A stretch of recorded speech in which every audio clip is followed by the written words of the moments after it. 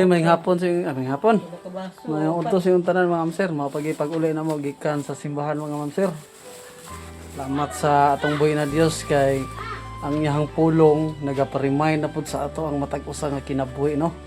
So salamat kayo sa ato ang buhay na Dios nga iyatang gipa-remind, iyatang gitagaag kadasig sa atong matag usa no.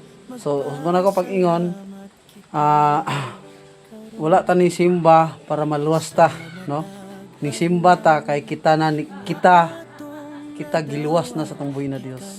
So kung giluwas na ta sa atong buhay na Dios, nagpasabot nga dili ginato kawangon nga di ta makasimba no. Mao na ato ang timan-an no, kay kasagaran man gud akong nahibaw-an nga nagsimba sila, yawat na lang daw mubo ang ilang sungay no. So para mahibalo tang tanan, nagsimba ta tungod kay kita giluwas sa atong buhay na Dios.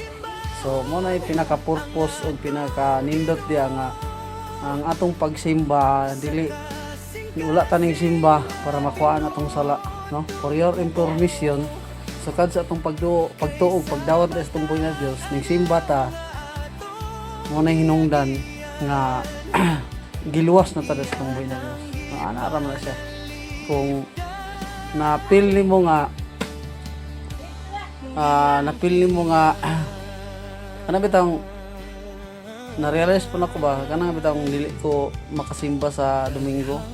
So siguro gikan sa kung pagdawat o pag-ilad sa tumboy na Dios, siguro wala man di ko ka simba o Domingo no, wala man di ko ka absent. So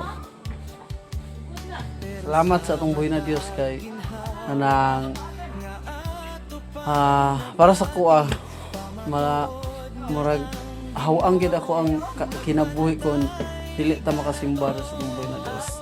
Ikaw diha usbo na ko pag-ingon ning simba ta tungod kay kita giluwas na no. Wala ta ni simba para makuha na akong sungay no. Kung inana ato ang mindset imong mindset pa na di sa ko mo simba karong sunod semana kay kanang nakuha na pito to atong miaging Domingo ni simba bitaw ko, nakuha na to akong sungay.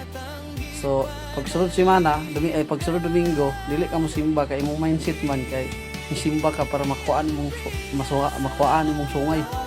So ignon ko ikaw ang atong pagsimba dili kanang para makuhaan atong sungay, dili yung simba ta kay kita giluwas atong buhay na Dios. Kana lang, God bless inyong tanan. Bye bye.